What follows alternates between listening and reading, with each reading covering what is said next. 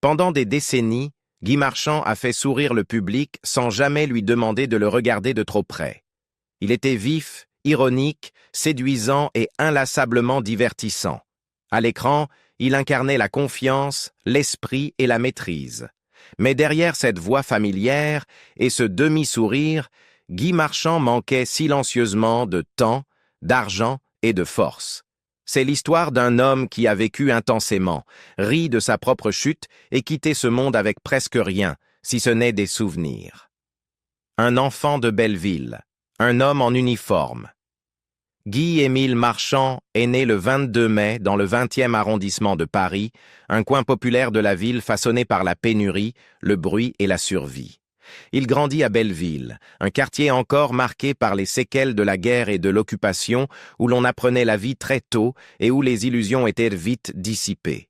Son père était ferrailleur, réparant des voitures quand le travail se présentait, entouré de métal, de moteurs et d'odeurs de graisse. Sa mère restait au foyer, tenant un ménage qui n'a jamais connu l'excès.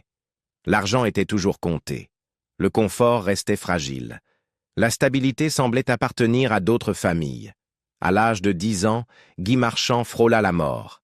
La tuberculose le frappa violemment, l'obligeant à de longs mois d'isolement et de faiblesse physique. Pour un enfant qui sentait déjà à quel point la vie pouvait lui échapper, la maladie fut un tournant. Pour se rétablir, il était régulièrement envoyé à la campagne, dans la Sarthe, loin de Paris et de son tumulte, dans un temps qui semblait s'écouler autrement. Là, monté sur le cheval d'un fermier voisin, il découvrit un sentiment de liberté qui ne le quitterait jamais. L'équitation lui apporta l'équilibre, la vitesse et l'impression de reprendre le contrôle d'un corps qu'il avait trahi. Ce garçon fragile ne devint pas prudent. Il devint impatient. Le besoin de mouvement, de risque et de fuite s'installa durablement. Le retour à Paris ne l'adoucit pas.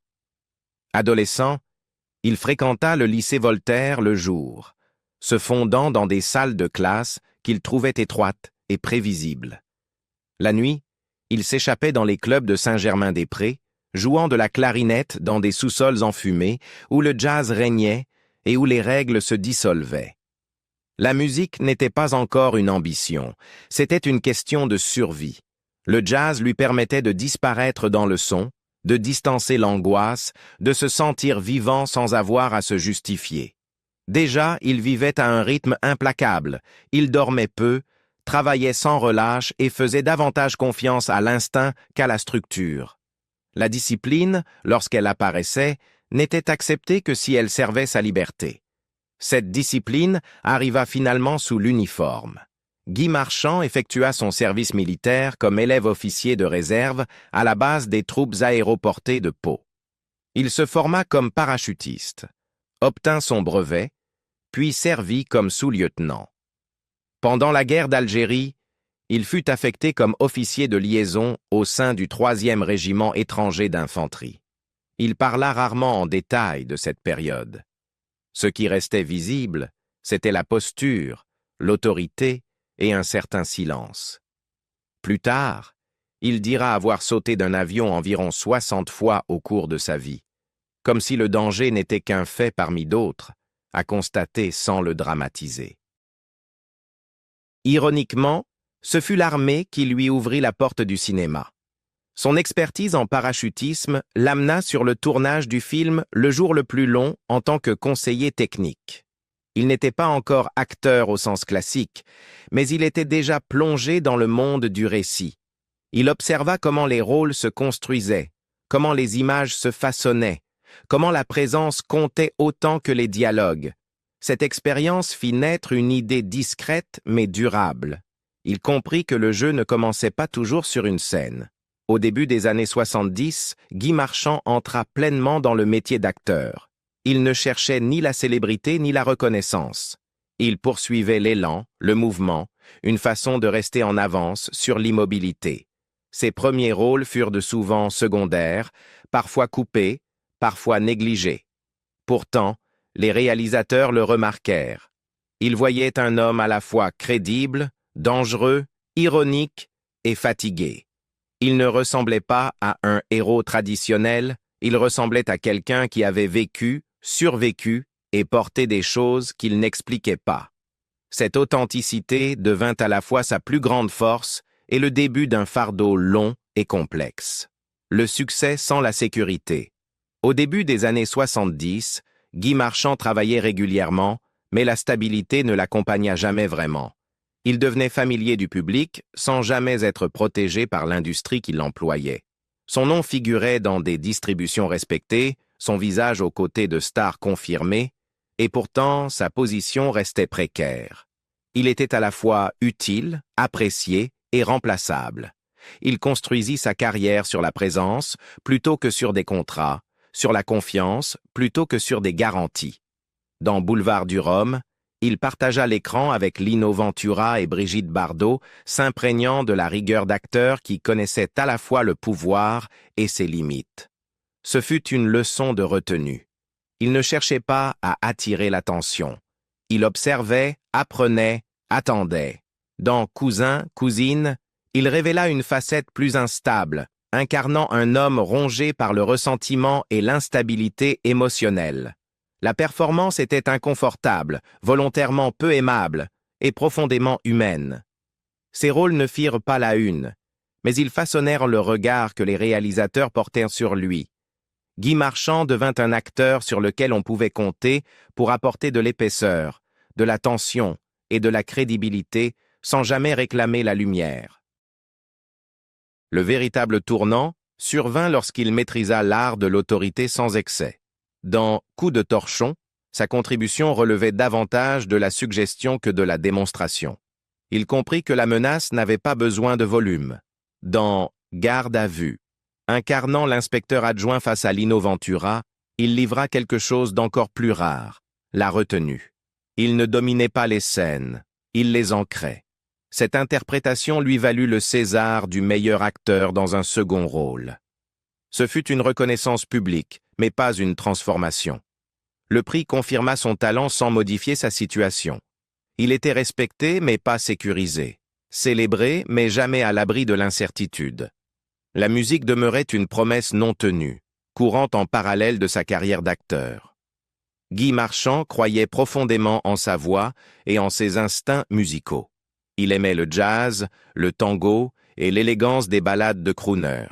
Il enregistra des albums avec sincérité, mais la plupart passèrent inaperçus, sans trouver un public assez large pour le soutenir. Puis vint Destinée.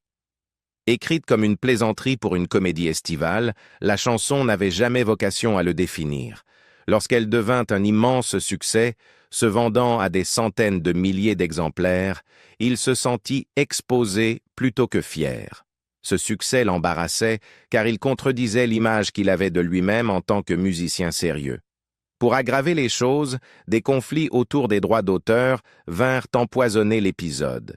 Ce qui aurait pu devenir un ancrage financier se transforma en une nouvelle contradiction ironique de sa vie. La télévision lui offrit enfin une visibilité nationale. Nestor Burma débuta comme un film, puis devint une série de longue durée qui le transforma en visage familier des foyers français. Pendant plus de 10 ans, les téléspectateurs suivirent de son détective, spirituel, cynique, solitaire et charmeur. Le personnage lui correspondait parfaitement. La série le rendit célèbre d'une manière que le cinéma n'avait jamais atteinte, et elle payait bien. Des années plus tard, il reconnaîtrait ouvertement avoir gagné beaucoup d'argent grâce à ce rôle. Mais l'argent, pour Guy Marchand, n'était jamais destiné à rester. Il vivait comme si demain était facultatif. Chevaux, voitures, femmes, maisons, il collectionnait les expériences plutôt que l'épargne. Il investissait de manière émotionnelle et instinctive, jamais stratégique. Il en riait publiquement, se qualifiant de touriste de la vie. Il dépensait généreusement, souvent avec imprudence, convaincu que l'élan finirait toujours par revenir. Lorsque la série prit fin, les revenus diminuèrent. Mais le train de vie, lui, ne changea pas. Il continua à travailler, non plus poussé par l'ambition, mais par la nécessité. À 60 et 70 ans, le schéma était irréversible. Le succès lui avait offert la liberté sans la protection. La célébrité lui avait apporté les applaudissements sans la prévoyance. Et l'homme qui faisait sourire des millions de personnes chaque semaine était déjà hanté, en silence, par la seule chose dont il ne riait jamais. Vieillir. Vivre vite, dépenser plus vite. Lorsque Guy Marchand atteignit la cinquantaine, la trajectoire de sa vie n'évoluait plus. Elle était figée. Il était admiré, reconnaissable, rarement sans travail, et pourtant demeurait étrangement vulnérable. Le succès l'accompagnait, mais jamais la sécurité.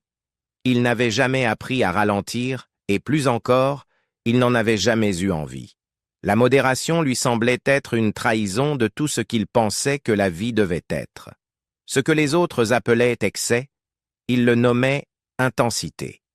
Ce que certains voyaient comme de l'irresponsabilité, il l'interprétait comme de la liberté. Les chevaux n'étaient en pas un simple loisir pour Guy Marchand. Ils représentaient un retour à la survie de l'enfance. Depuis sa guérison de la tuberculose, l'équitation symbolisait pour lui le contrôle face à la peur et à la fragilité.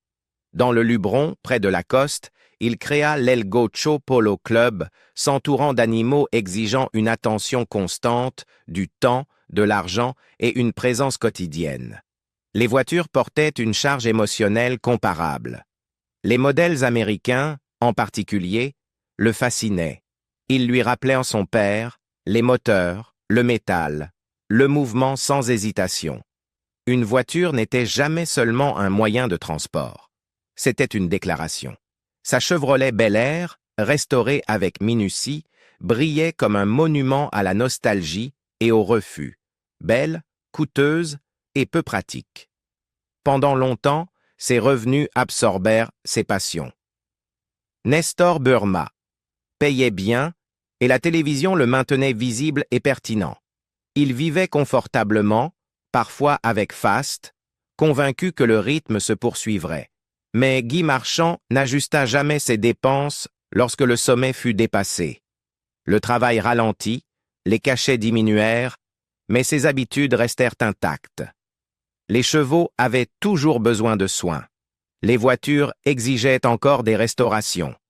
La vie devait continuer à se vivre à plein volume. Il parlait de ses finances avec une franchise déconcertante. Dans les interviews, il plaisantait sur le fait d'être constamment à découvert, comme si la dette était une vieille connaissance.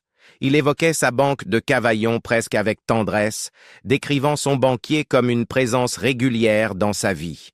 Chaque semaine apportait un nouvel appel. Chaque semaine, il promettait qu'un nouveau rôle arriverait, que le cinéma le sauverait encore. Parfois, c'était le cas. Le plus souvent, cela ne faisait que retarder l'échéance. La musique, qu'il avait un temps espéré voir le définir, devint une autre source de frustration. Malgré son véritable talent et sa culture musicale, ses albums restèrent largement ignorés. Ironiquement, Destinée, la chanson qu'il prenait le moins au sérieux, devint son plus grand succès commercial. Il détestait ce constat. Il la qualifiait de plus grande honte de sa carrière, non parce qu'elle avait échoué, mais parce qu'elle avait réussi pour des raisons qu'il ne respectait pas. La chanson le poursuivit partout, réduisant son identité à un unique refrain ironique. En vieillissant, le travail devint moins un choix qu'une nécessité. Il acceptait des rôles non pour se réinventer, mais pour rester à flot. Téléfilm, second rôle, apparition brève, chaque cachet comptait. Il reconnaissait ouvertement qu'il était heureux de travailler parce qu'il était fauché. Il n'y avait plus de honte dans cet aveu. La fierté avait cédé la place au pragmatisme. Dans la sphère privée, son monde commença à se rétrécir. Le mas provençal du Luberon, autrefois rempli de chevaux et de mouvements, devint insoutenable. Il le quitta discrètement, sans amertume, pour s'installer dans une villa plus modeste des Alpilles. Les proches remarquèrent le changement. Il parlait moins de projets futurs et davantage de fatigue. L'énergie qu'il avait longtemps définie était désormais comptée. Malgré tout, il refusait le regret. Il n'a jamais qualifié ses choix d'erreur. Il affirmait avoir vécu pleinement, aimé librement et n'avoir répondu qu'à lui-même. Sa tragédie ne résidait pas dans l'excès, mais dans l'omission. Il n'avait jamais anticipé le déclin. Il ne s'était jamais préparé à la dépendance. Et le temps, qu'il avait toujours considéré comme négociable, commençait à réclamer son dû. Le déclin, la maladie et la peur de devenir invisible. Dans ces dernières années, Guy Marchand ne pouvait plus distancer le corps qu'il avait porté si loin. L'homme qui sautait autrefois d'un avion et vivait à l'instinct commença à ralentir d'une manière qu'il ne contrôlait plus. Il parlait publiquement de problèmes de vésicule biliaire et d'un essoufflement persistant qu'il minimisait avec humour, mais ses proches voyaient bien le changement. Marcher devenait difficile. La fatigue s'installait rapidement. Les apparitions demandaient de l'effort, non plus de l'assurance. Au moment où il accepta de tourner la dernière partie, tout le monde comprenait la vérité non dite. Ce serait très probablement son dernier rôle. Sur le plateau, il demeurait élégant, discipliné et professionnel, mais le coup physique était évident. Les longues journées l'épuisaient. Les dialogues exigeaient une concentration qui autrefois venait sans effort. Macha Merrill, qui incarnait son épouse dans le téléfilm, se souvint plus tard de l'inquiétude de toute l'équipe. Il savait que le tournage le mettait à rude épreuve. Il savait que le temps n'était plus de son côté. Ce qui faisait le plus souffrir Guy Marchand n'était pas la douleur, mais la perte d'image. Selon Macha Merrill, il était profondément affecté par l'idée d'être perçu comme diminué. Il redoutait de devenir une version de lui-même qu'il ne reconnaissait pas, un homme cloué sur un fauteuil, dépouillé de son ironie, de sa séduction et de son autorité. Pour lui, l'identité avait toujours été liée à la présence. Lorsque cette présence s'estompa, son désir de s'attarder s'estompa aussi. En coulisses, sa santé continua de se dégrader. Début 2022, il fut victime d'une grave infection nosocomiale. La situation était critique. Il dira plus tard qu'il avait failli mourir. C'est son fils Jules qui intervint, restant à ses côtés, s'opposant, refusant d'accepter que tout soit terminé. Guy Marchand lui attribua le fait de lui avoir sauvé la vie. Ce moment marqua un basculement. L'indépendance céda la place à la dépendance. La fierté fit place à la gratitude. Jules s'installa avec lui à Molégèse. Leurs journées devinrent plus calmes. Ils lisaient ensemble, regardaient des westerns, montaient à cheval quand cela était possible. Les conversations ralentirent, mais gagnèrent en profondeur. Lorsque la fille de Jules, Charlie, naquit, Guy Marchand sourit autrement. Il était devenu grand-père, une chose qu'il n'avait jamais imaginé vivre. Pendant un bref instant, la vie lui offrit de la tendresse sans mise en scène. Pourtant, le déclin se poursuivit. Ses déplacements nécessitaient de l'aide. Les interviews se firent rares. Les apparitions publiques disparurent presque entièrement. Les inquiétudes financières ne le quittèrent jamais, mais elles ne dominaient plus ses pensées. À ce stade, la peur était plus simple et plus lourde. Non pas celle de mourir, mais celle de disparaître avant que la mort n'arrive. Ceux qui le connaissaient ressentaient une forme de résignation, non de désespoir. Il avait vécu intensément et accepté les conséquences. Mais l'acceptation n'effaçait pas la tristesse. Le corps était devenu une limite qu'il ne pouvait plus négocier ni avec le charme ni avec l'humour. Et dans les derniers mois, tout se resserra autour d'une seule réalité inévitable. La fin n'était plus théorique. La mort sans héritage, une vie sans filet de sécurité. Guy Marchand s'est éteint paisiblement à l'hôpital de Cavaillon le 15 décembre, 10 jours avant Noël. Il avait 86 ans. L'annonce est venue de ses enfants, Jules et Ludivine, dans un bref communiqué qui ressemblait à la manière dont il a quitté ce monde. Sans spectacle, sans drame, sans préparation. Pour le public, cela marquait la fin d'une voix familière et d'un visage connu. Pour sa famille, c'était le début d'un constat silencieux. Il n'y avait aucun patrimoine à organiser, aucune maison à transmettre, aucun compte d'épargne à partager. Une fois les démarches administratives accomplies, la réalité était simple et brutale. Le compte bancaire était à découvert.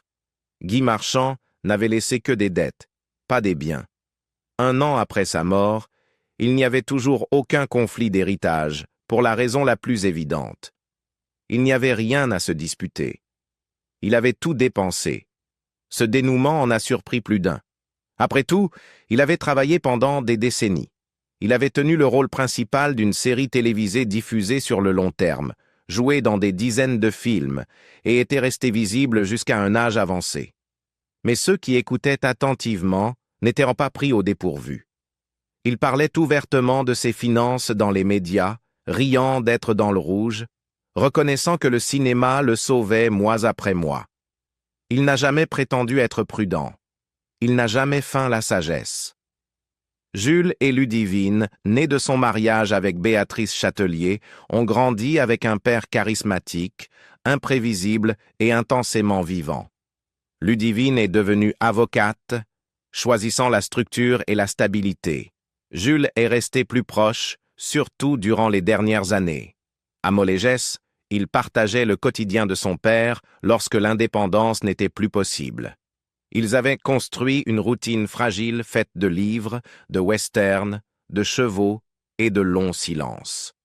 Lorsque Charlie, la fille de Jules, est née, Guy Marchand a tenu juste assez longtemps pour la voir arriver. Ce fut un dernier cadeau, offert sans calcul.